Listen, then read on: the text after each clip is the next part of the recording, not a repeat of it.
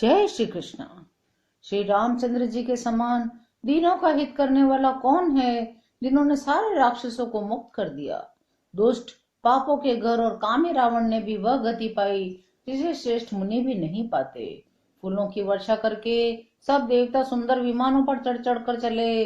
तब सुअवसर जानकर सुजान शिव जी प्रभु श्री रामचंद्र जी के पास आए और परम प्रेम से दोनों हाथ जोड़कर शिव जी विनती करने लगे, हे रघुकुल के स्वामी, सुंदर हाथों में श्रेष्ठ धनुष, सुंदर बाण धारण किए हुए आप मेरी रक्षा कीजिए।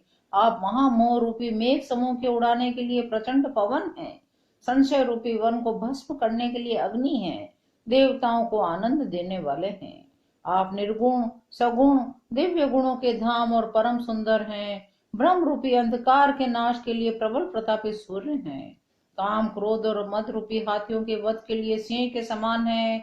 आप इस सेवक के मन रूपी वन में निरंतर निवास कीजिए। विषय कामनाओं के समूह रूपी कमल वन के नाश के लिए आप प्रबल पाला हैं। आप उदार और मन से परे हैं। भव सागर को मथने के लिए आप मंदराचल पर्वत हैं। आप हमारे भय को दूर कीजिए, हमें दुस्तर संसार सागर से पार कीजिए। हे श्याम सुंदर शरीर, हे कमल नयन, हे दीन बंधु, हे शरणागत को दुख से छुड़ाने वाले, हे राजा रामचंद्र जी, आप छोटे भाई लक्ष्मण और जानकी जी सहित निरंतर मेरे हृदय के अंदर निवास कीजिए। आप मुनियों को आनंद देने वाले, पृथ्वी मंडल के भूषण, तुलसीदास के प्रभु और भय का नाश करने वाले हैं। हे नाथ, जब अयोध्यापुरी में आपका रास तिलक होगा तब मैं आपकी उदार लीला देखने आऊंगा। शिव जी विनती करके चले गए। विभीषण जी प्रभु के पास आए और बोले, हे प्रभु, मेरी विनती सुनिए। आपने कुल और सेना सहित रावण का वध किया, त्रिभुवन में अपना पवित्र यश फैलाया, मुझ दीन पापी बुद्धिहीन और जातिहीन पर बहुत प्रकार से कृपा की। अब इस दास के घर को पवित्र कीजिए, वहां चलकर स्नान कीजिए, जिससे युद्ध की थकावट दूर हो जाए। हे नाथ, मुझे सब प्रकार से अपना लीजिए, मुझे साथ लेकर अयोध्यापुरी को पधारिए। विभीषण जी के कोमल वचन सुनते ही दीन दयाल प्रभु के दोनों नेत्रों में जल भर आया। श्री राम जी ने कहा, हे भाई सुनो, तुम्हारा खजाना और घर सब मेरा ही है, यह बात सच है। पर भरत की दशा याद करके मुझे एक एक पल कल्प के समान बीत रहा है। तपस्वी के वेश में कृष्ण शरीर से निरंतर मेरा नाम जप रहे हैं। हे सखा, वही उपाय करो जिससे मैं जल्दी से जल्दी उन्हें देख सकूं। मैं तुमसे अनुरोध करता हूँ। यदि अवधि बीत जाने पर जाता हूँ तो भाई को जीता न पाऊंगा। छोटे भाई भरत जी की प्रीति का स्मरण करके प्रभु कहते हैं, हे विभीषण, तुम कल्प भर राज्य करना, मन में मेरा निरंतर स्मरण करते रहना, फिर तुम मेरे उस धाम को पा जाओगे जहाँ सब संत जाते हैं। श्री रामचंद्र जी के वचन सुनते ही विभीषण जी ने हर्षित होकर प्रभु के चरण पकड़ लिए। सब वानर भालू हर्षित हो गए। विभीषण जी महल को गए, मणियों के समूहों और वस्त्रों से विमान को भर लिया। उस पुष्पक विमान को लाकर प्रभु के सामने रखा। हे सखा विभीषण सुनो, विमान पर चढ़कर आकाश में जाकर वस्त्रों और गहनों को बरसा दो। आज्ञा सुनते विभीषण जी ने आकाश में जाकर सब मणि और वस्त्रों को बरसा दिया। जिसके मन को जो अच्छा लगता है वह वही ले लेता है। मणियों को मुंह में लेकर वानर फिर खाने की चीज न समझकर उगल देते हैं। यह तमाशा देखकर परम विनोदी कृपा के धाम श्री राम जी, सीता जी और लक्ष्मण जी सहित हंसने लगे। जिनको मुनि ध्यान में भी नहीं पाते, जिन्हें वेद नेति नेति कहते हैं, वे ही कृपा के समुद्र श्री राम जी वानरों के साथ अनेकों प्रकार के विनोद कर रहे हैं।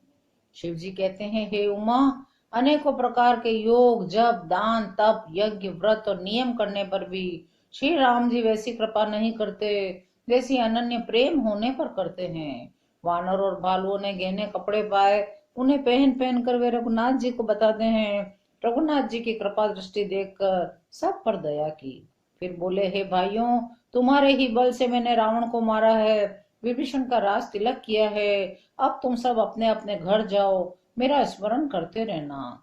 सब वानर प्रेम में विहल होकर बोले, प्रभु आप जो कुछ भी कहें, आपको सब सोता है, पर आपके वचन सुनकर हमको मोह होता है। आप तीनों लोगों के ईश्वर हैं। प्रभु के वचन सुनकर हम लाज के मारे मरे जा रहे हैं। कहीं मच्छर भी गरुड़ का हित कर सकता है? राम जी का रूप देखकर रीछ वानर प्रेम में मगन हो गए। उनकी घर जाने की इच्छा नहीं है। फिर प्रभु की प्रेरणा से सब वानर भालू राम जी के रूप को हृदय में रखकर अविषाद सहित हर्ष और विषाद सहित अपने अपने घर को चले। वानर राज सुग्रीव, नील, रक्षराज, जामवान, अंगद, नल और हनुमान विभीषण सहित जो वानर सेनापति हैं, वे कह नहीं सकते, वे श्री राम जी की ओर देखते हैं।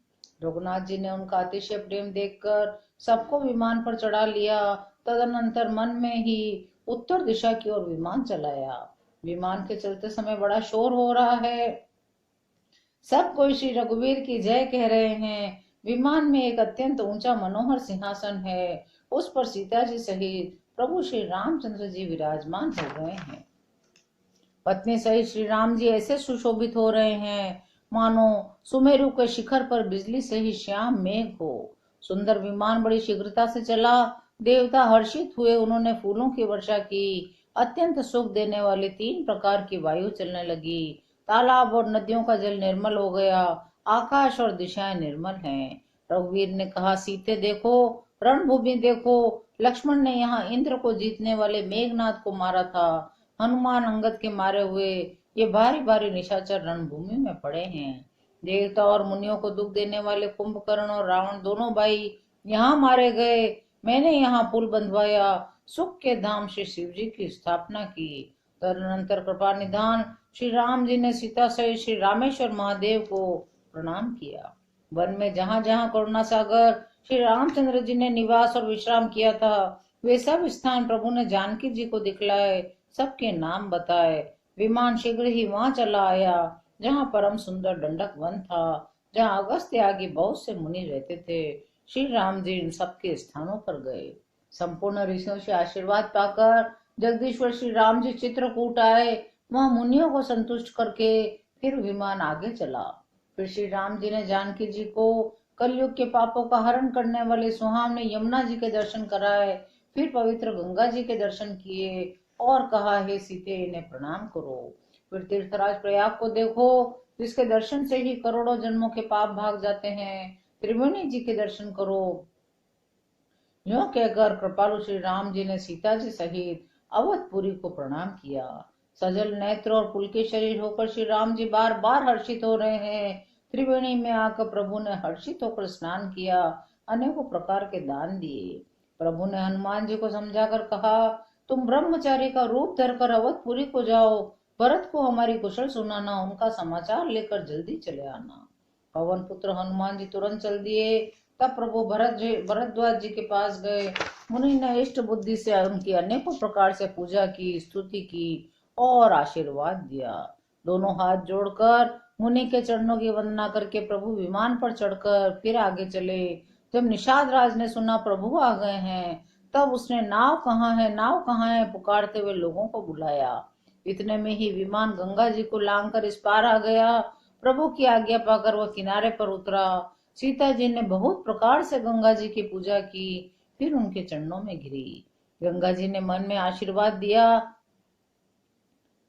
हर्षित होकर आशीर्वाद दिया, हे सुंदरी, तुम्हारा सुहाग अखंड हो। भगवान के तट पर उतरने की बात सुनते ही निषाद राज वो प्रेम में विहल होकर दौड़ा। परम सुख के परिपूर्ण होकर वो प्रभु के पास आया। जानकी जी सहित प्रभु को देखकर पृथ्वी पर गिर पड़ा, उसे शरीर की सुध न रही। रघुनाथ जी ने उसे परम प्रेम के साथ उठाया। राजा लक्ष्मीकांत कृपा निधान भगवान ने उसको हृदय से लगा लिया। अत्यंत निकट बिठाकर कुशल पूछी। वह विनती करने लगा, आपके जो चरण कमल ब्रह्मा जी और शंकर जी से सेवित हैं, उनके दर्शन करके मैं अब सकुशल हूँ। हे सुख के धाम, हे पूर्ण काम श्री राम जी, मैं आपको नमस्कार करता हूँ। सब प्रकार से नीच उस निषाद को भगवान ने भरत जी की भांति हृदय से लगा लिया। तुलसीदास जी कहते हैं, इस मंद बुद्धि ने मैंने मोहवश उस प्रभु को भुला दिया। रावण के शत्रु का ये पवित्र करने वाला चरित्र सदा ही श्री राम जी के चरणों में प्रीति उत्पन्न करने वाला है। ये काम आदि विकारों का हरने वाला है। भगवान के स्वरूप का विशेष ज्ञान उत्पन्न करने वाला है। देवता सिद्ध मुनि आनंदित होकर इसे गाते हैं।